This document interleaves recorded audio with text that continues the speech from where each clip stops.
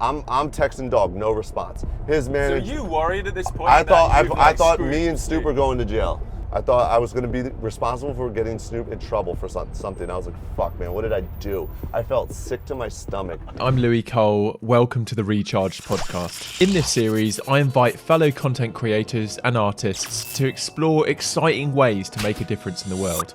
I take my guests to visit local social good projects in my self-converted electric 1973 Volkswagen van. We have real and raw conversations about life and hear from social good heroes that we can all be inspired by. On today's podcast, our guest is Jesse Wellens, an award-winning filmmaker, director, musician, fashion enthusiast, and philanthropist. Jesse was one of the early, biggest YouTube creators and pioneered the pranking and daily vlogging genres on YouTube with his former partner Jeana on their channels PrankVsPrank and BoyfriendVsGirlfriend. He has built a social following of over 23 million. He has more recently pursued a passion for music video directing, working with some of the biggest names in music. So, welcome back to the podcast. I'm here with Jesse Wellens. We have been friends for a long time. Before we really dive in though, Jesse just suggested we went and got coffee, which I'm definitely up for. I'm a bit of a coffee fiend, and yeah, it's always nice to get coffee. Yeah, I mean, I had a late night. I haven't had my coffee yet, but I've eaten breakfast, and I want to be fully here for this podcast. It's cool to be back in the neighborhood. Yeah, you've been gone, right? Are you moving to Costa Rica? Yeah, so me and Jesse used to be pretty much neighbors. Like, we were kind of like... We were full-on neighbors, but we didn't see each other enough. We didn't see each other lots. We were like, literally, I could spit on his place. But then I moved to the beach house, and now, yeah, me and Raya are nomadic again. Whilst we're waiting, this would be a good opportunity. What I do with most guests is to get them to give their life story in 3 minutes. And then we'll dive into more bits, but... Wow, from like birth? Just, yeah, like your whole journey, your personal life, your history, and I guess how you got into YouTube and all of that stuff. For people that don't know, I'm sure a lot of people do, but... Okay, in 3 minutes. Yeah. Starting now? Yeah. Okay, shit, there's a lot. I'm originally from Philadelphia. I'm originally from Philadelphia. I started doing YouTube actually in 2006. OG, original. Back in the day, I actually did videos online on break.com, this website called break.com. I'm sure you're familiar with this story, Lily. And I was also in the military for 6 years. So while my time in the military, I was stationed in Korea. And in Korea, they didn't have any television for me to watch. So the way I was consuming content back then was through online video, but YouTube wasn't even really a thing yet. But there was this website called break.com. And break.com was just like a list of funny videos for the week, and it was like a lot of home videos. Basically what YouTube is. But if your video went on a homepage, it'd give you $200, and it was just a bunch of stupid, silly videos. And I'd watch that in Korea. So when I went back to the States, I was like, yo, I want to get a video on break.com for $200. So I dared my girlfriend at the time to eat cinnamon. She ate the cinnamon, choked on the cinnamon. I put it on break.com. They gave me $200. I created the cinnamon challenge, which I'm not very proud of. But that was that was before the cinnamon challenge? Yeah, okay. I was the Okay. first one that did the cinnamon challenge. Okay. Like I dared her to eat cinnamon, and I made $200. And I was like, that was the easiest fucking $200 I ever made. Can I curse? Yeah. And then we just didn't stop. Then we we started pranking each other. We making YouTube videos. We started daily vlogging. We were like one of the early daily vloggers after like Shay and Charles. Jen and I were daily vlogging, and we created this crazy online following on YouTube for years, from pranking each other to doing vlog videos, and we were hitting a lot of viral stuff like over and over again. At one point, I think in like 2013 or 14, our two YouTube channels, PrankVsPrank and BF1stGF, were the most viewed for the month.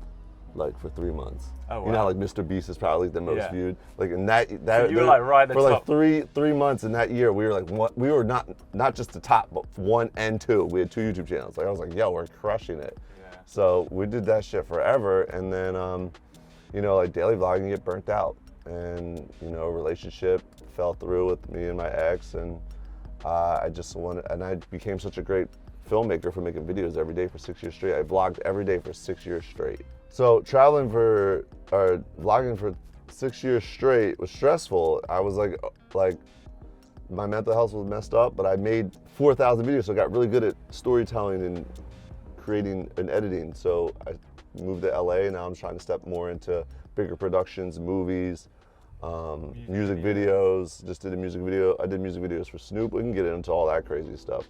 Did 3 music videos for Snoop. One of them, we had to speak to the Secret Service. That's a whole nother story. We'll dive in there. But now, so now I feel like I've graduated from a YouTuber to a full-on director. I'm getting directing gigs that have nothing to do with my following, which is pretty cool. That's where I'm at. Obviously, like you said, it was amazing in so many ways, but what a lot of people don't know is the toxic side of it all. We've both experienced the burnout, the feeling disillusioned, and you kind of lose the purpose of what you're doing, because it's so single focused on I mean, I don't know, I guess you felt the same. All your focus is you wake up, right, what am I filming today? What am I making? Then you're staying up late editing, and it's just like that conveyor belt. And it's brilliant, and I wouldn't change what happened for me, but there's a lot of lessons I learned with it too. Like there's that saying of like, be present in the moment. Fuck that, bro. You are not present as a daily vlogger. You are gone. You're gone. You're disattached. There's no present. Like, and that's what I've learned now. Even when I stopped, I still wasn't present. Like I had to learn. Took me probably a year or 2. Yeah, because your brain is just like, what am I vlogging? What am I doing? What am I living through this story? What are people saying about it? And if you do it every day, bro, just imagine. It's nuts. Being in a relationship, daily vlogging, like the moment I met Raya was on camera, the first 3 years of our relationship was every day, and it's like, you know, she kept on saying, it felt like there was like a third person in our relationship. Definitely. And that's what eventually contributed to like the breakdown with you and Jeana, right? Yeah, it was like, I almost felt like I was like, because we vlogged our relationship mainly, like the #1 comment, it was like, when are you gonna get married, or when are you gonna propose to Jen? Like, imagine just having millions of people telling you to propose to someone. You're like, am I proposing to her because I'm getting famous, or am I proposing to her because I love her? Like, I'm lost. I don't know where my head is. I'm unconscious. I don't know. I'm like, the line, and it was kind of crazy because her and I, like Jen and I, we had conversations about like, is this going too far? And it was always like, nah, we'll be fine. It was like, you think that everything will be fine. You're like, nah, we'll know not to get spun up in this. Like, we know. No, you don't know. Was it around a similar time that your mum passed away? Oh yeah, that was just like the crazy, that was like the defining moment in my life as a daily vlogger. Was you know, we're daily vlogging every day, and this situation with my mom happened. My mom was a drug addict and mental health issues and all these things towards the end of her life, and she went missing, and I'm like a daily vlogger, and I'm like, what do I do? Like, I don't vlog. Like, I don't want to vlog right now. Like, and like, without saying too much.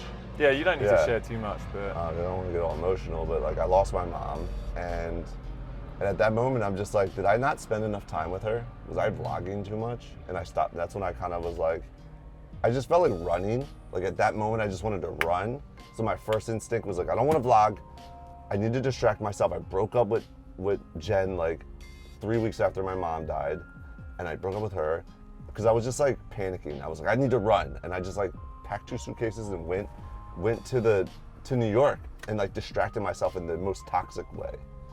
And that was like when I was at the height of like unconsciousness and just like, we got this coffee. Let's grab these. And a perfect moment to break that up for me.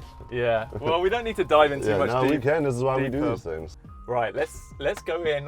We've arrived at this organisation. I haven't told Jesse anything about it yet, but we're gonna go in and we're gonna cook some food. Oh, are we gonna eat? Yeah, we're gonna eat. Oh, yeah. Oh, dope. Oh, yeah. Look, this is fun. Today we're visiting Maimunda Hassan Katan and Christian Davis, both co-founders of Flavors from Afar, a restaurant that works with refugees to share their traditional home-cooked dishes to create a rotating international menu. Flavors from Afar has had the goal of helping both the world as well as the communities that the business is connected to as an extension of the TIA Foundation, an organisation that helps refugees, asylum seekers and displaced Americans re-assimilate into the country. Flavors from Afar provides work, a source of income for those those in need. With refugees from Somalia, Egypt, Eritrea, Syria, and several other countries, they highlight a new menu each month with recipes provided by those who immigrated here and gives them a percentage of the proceeds earned. We have arrived. Hello. Hi, nice to meet you. I'm Louis. Nice Hi, to meet you. Louis. Hi, Jesse. Hi, Jesse. Nice to My meet name is you. Maimuna. Thanks for having us. Of course, yeah, thank you for being here. Yeah. So I haven't told Jesse anything that's going on about the organisation or anything. So you're from Flavors from Afar, right? Yes, so Flavors from Afar is a social enterprise. We're based in Little Ethiopia, right near Lakma, and we rotate international cuisines created by refugee chefs every month. And proceeds go back to my nonprofit organization, TIA, where we support refugee families that are starting over in Orange County and LA. Amazing. Cool. And then are we like tasting some food today? Are we going to have a go at like cooking some stuff? Or? Yeah, so you're gonna learn how to make some vegan dishes with our program instructor, Chef Kenneth. Yeah. And we also set up the dining table so we could all sit down and have a family style lunch. I love Thank it. you. I love Yeah. it. I Cool. didn't know I was getting fed too Yeah. on this podcast. Of course. Where are we right now? I wasn't even paying attention when we Is drove. this Little Ethiopia? That's what Little this area Ethiopia, is. yeah. I don't know where that is. Oh, we like Are we just south of Hollywood, maybe? I just looked on the map when we That's were how driving. far you took me? I guess You so. don't leave the west side? Jeez. We were filming the whole time. I wasn't paying attention. So what are we making today? Is there? Yeah, I'd like to introduce you to Chef Kenneth. Hello. Hi. Nice to meet I'm you. Louis. Thanks for letting us in your Program instructor. kitchen. All right, putting on my hand protection. Cool. So I'm just trying to No, make that the best dab? No. angle. Cut that, editor. Jesse, can you help carry this table in with me? Am I gonna have to change my gloves? I don't know. Yeah, we probably will. Oh my God. Oh Lord. Oh Lord. Louis, That was my fault. I'm so sorry. I'm so sorry. please come to this restaurant and buy. Louis broke all their stuff, so we need. Oh no. I'm so sorry. So Louis like, come be on my podcast. He didn't tell me I was gonna be working. There's something cool about cooking your own food. I feel like it's more satisfying when you eat it. Oh, I love. I'm not a great cook, but I love cooking for other people. Is that enough? So is this dish spicy? Not at all. Okay.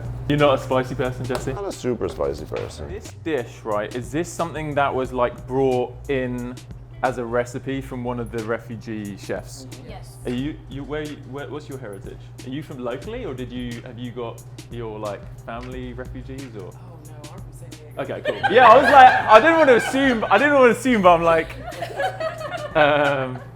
No, you're good. so not all the chefs working are from a refugee. Kenneth's our program instructor. Okay, cool. Yeah. So you head up this chef program. Okay, cool. So was this brought in from one of your chefs that was like, okay, here's a recipe from where I'm from? Yes, so this is from the Afghan menu that Yes, we're doing this yeah. month. So this is what she brought in and shared with us for our vegan vegetarian option.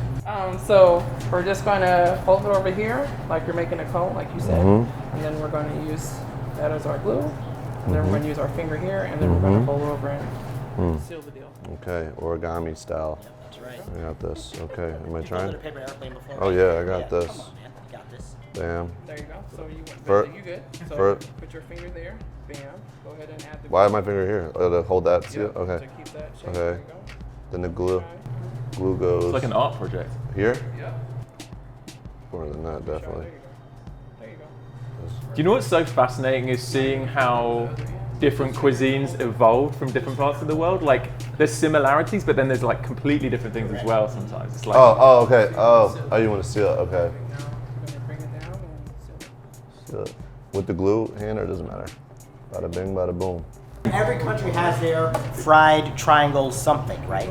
Empanada, samosa, sambusa, and egg roll is just essentially the same idea, but all the ingredients are different. yeah. And wait, which nationality is this? Somalia. Somalia does a Sambusa. Sambusa. Sounds like sambuca, like the drink. Yes, like the drink. That's right. Jesse, you're an expert, bro. That's pretty, but. That's pretty good. Yeah, good job. It all looks good when it's fried. Right? Yeah. Oh, we're frying it? Oh, absolutely. I was like, this looks alright, but what's gonna make Don't it worry, delicious? you won't even Fried. know which one is yours. Wow, these are looking good already. I'm starving. I heard something about fried rice. I don't know. Somebody ordered that. I'm ordering that. The other day I was making what do you call it? Like the cheese fried cheese toasties. What do you call them in America? Grilled cheese. Grilled cheese.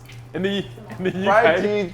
Fried cheese toasties. I'm calling them from now on. We're making grilled cheese. I'll let you And know. I just put the cooker on full you flames. burnt it. Yeah, and I put it on, and Raya was like, we were watching it. She's like, yeah, just leave it a bit longer. And she didn't realize I put it on full, so she's like, yeah, no, these a bit longer. And I'm like, it's looking pretty cooked. And then I flipped it over, and it was just charcoal. It was just charcoal. Folded those. Look at those little buttes. I did that. They look perfect triangles. Dude, they look great. They look professional. Professional. I'm opening my own restaurant. Don't worry, there's Whoa. Sorry. You've got a pretty big appetite, right, Jesse? Oh yeah, I can eat. Fried food is exactly what I need right now. I was out last night. So you could try the food you just made. Oh yeah, let's do it. Is it? Do you do some sort of sauce, or you just go straight like this? Yeah, let me get you some sauce. Oh yeah, preferably spicy sauce would be great. Okay. I'm gonna try it without the sauce. It's basically like a quesadilla, right? Okay, keep is this forgetting for the the names. bologna? And this is a sambusa? Okay. And, Take one of these guys. less talking, more eating. Let's see.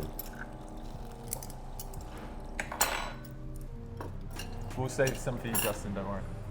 Mm-hmm. It's spicy. The sauce is spicy. You like spice, Lou, you don't? I love spice. Wow. Oh, this is spicy as well, right? I think it's the sauce. Or is it that? Oh, maybe it's that? You said your family's from Ethiopia? Yeah. Do you remember being there, or did you come to America when you were like super young?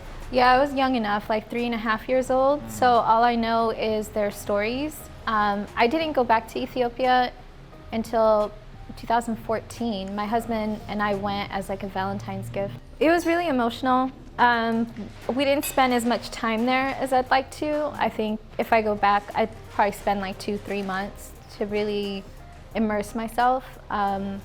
But when we were there, it was emotional to meet family members that always knew me through photos and watched me growing up through pictures, and then to meet in real time and experience so much love with that reunion.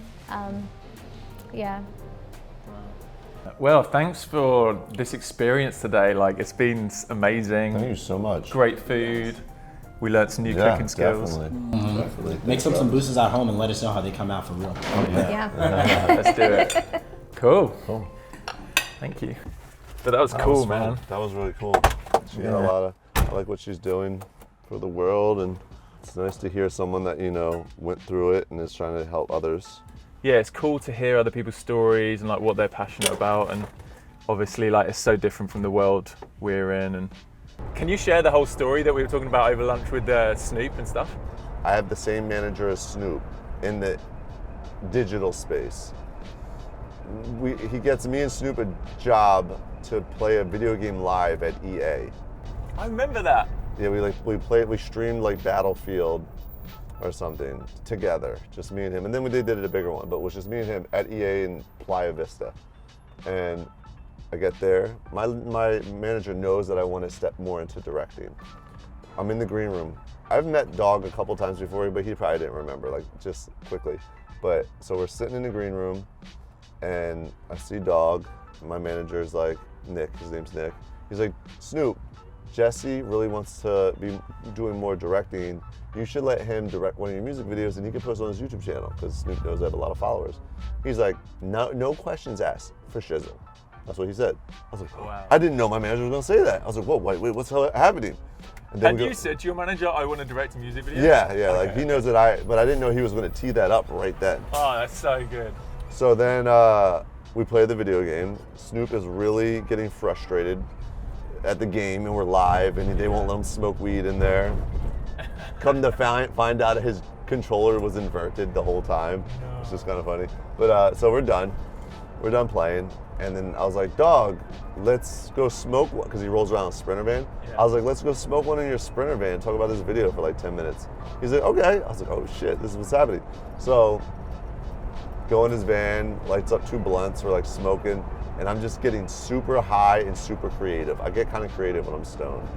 but I get like high ideas that aren't the best ideas, but they're ideas. I call them high ideas.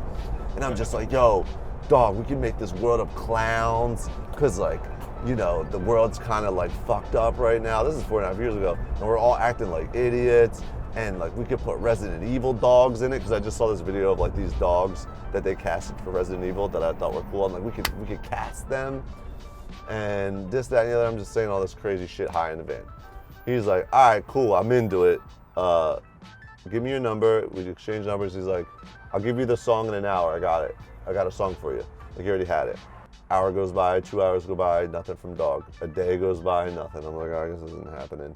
And then like 4 o'clock in the morning, like one night, like 2 days later, it's a text from Snoop, and it's a video, and it's like him in the studio, like bobbing his head rapping something. And then you know, he turns it off. He's like, yo, Jess, I wrote a new song based off the things that you said in the van. Send me your email. 4 a.m. I'm like, I remember jumping out of bed, like, I'm getting fucking video text from the dog about, and then, wait, I just co-wrote a song with Snoop in a van when I was high? I was like, what is life right now? And like, our idea was like, let's make fun of like both presidential candidates, because Trump hasn't won yet. They were just running. Hillary and Trump were running. So I was like, in the music video, I was like, we're gonna just like have them debating, and they're gonna look like clowns. Like, that's what the idea was. So we get all the treatment out, we get it done, Snoop's into it. It's just my first big production, so production's taken a lot longer than I'd like, and it took so long that Trump actually won. So he's now the president. So then you were like, let's throw out the Hillary section. Yeah, so and the day he won, I was like, I called Snoop, I was like, Snoop, if this is too much, if I'm talking too much, let me know. No. Okay. So Snoop calls me the day Trump won. We were talking on the phone. I'm like, Snoop, what are we gonna do? Like, the video doesn't make sense now. I was like, we can change it, and like, I could rewrite it, but do you want to go in on Trump? He is the fucking president now. Yeah. He's like, yeah, fuck him. I was like, okay, click, you know? And then I was like, all right, yeah, fuck him.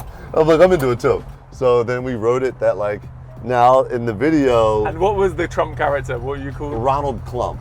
So there's like, I was gonna say, in the music video, there's a character named Ronald Clump that's deporting all dogs.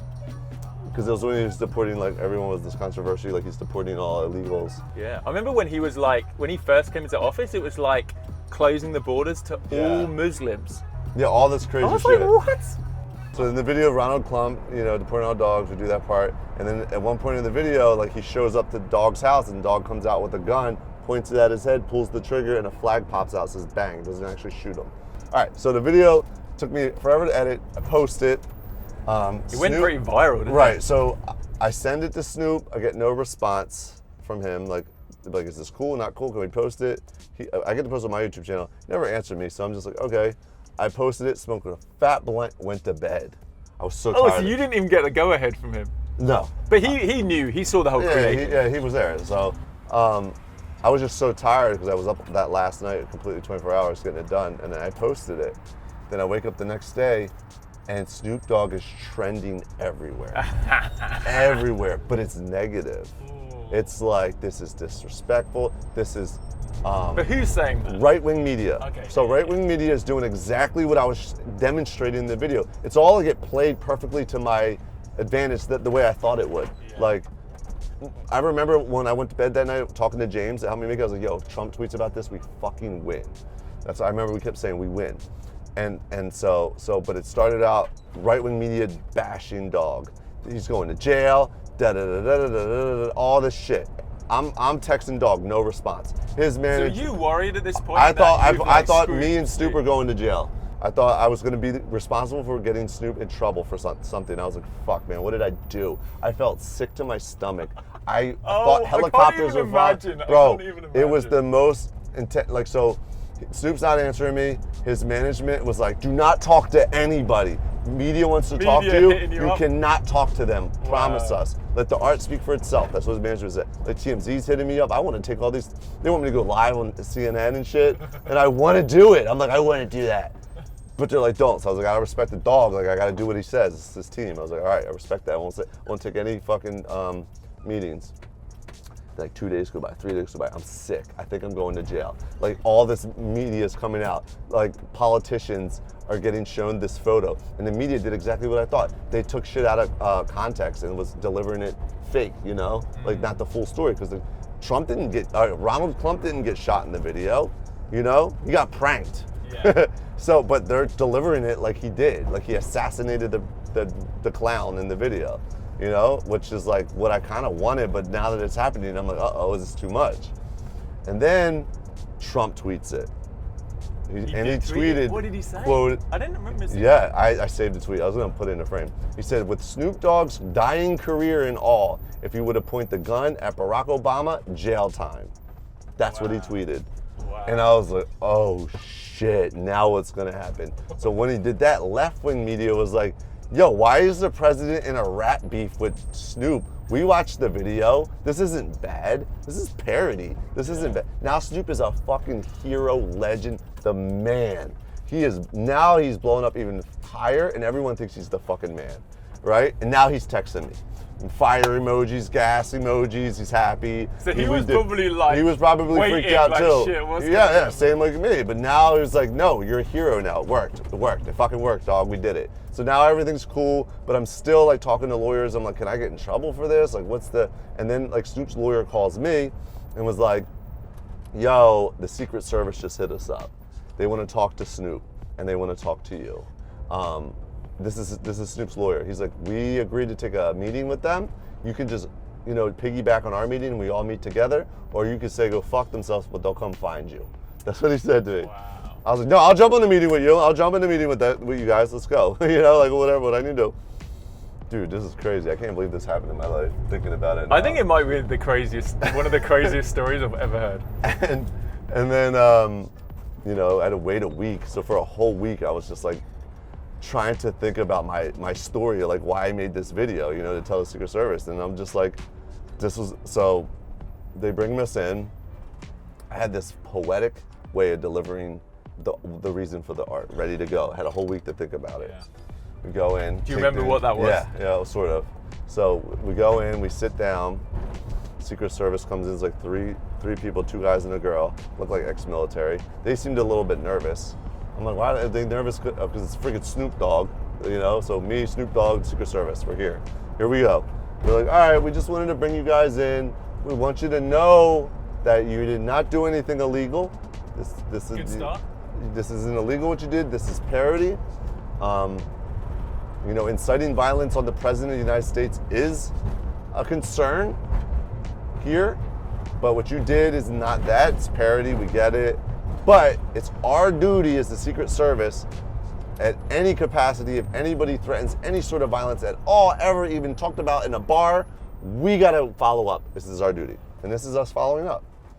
And I'm like, well, obviously we don't want to hurt him. Like, what the, but I get it. So, all right, cool. So they come in, they're like, so why'd you do it? And then I'm looking at Dog, and I wrote it, and I got it all figured. Like, I don't even know Dog knew how cryptic I made the video, So he's about to speak, and I was like, you know what? I should take it first. I was like, Dog, could I take it first? He's like, yeah. I was like, so, like, what's going on in the world? Like, this was like social commentary. Like, there's a lot of clownery going, like with the police shooting people by mistake. How the media likes to twist things and make stories that aren't true.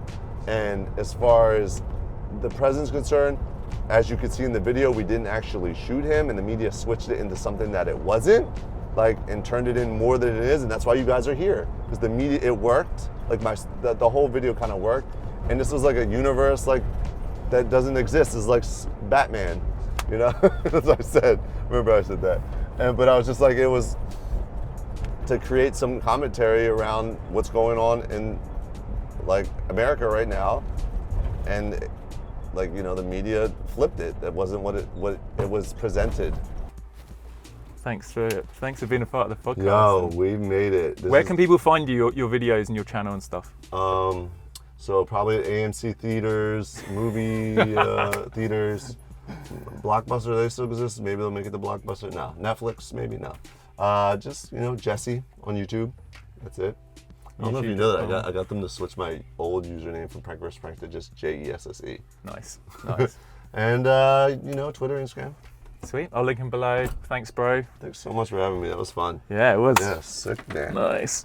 Thanks for joining us. Be sure to follow Jesse and Flavors from Afar. If you enjoyed this video, please go and subscribe to my brand new podcast channel and check out the full-length podcast here. There's lots of amazing guests and exciting episodes coming soon.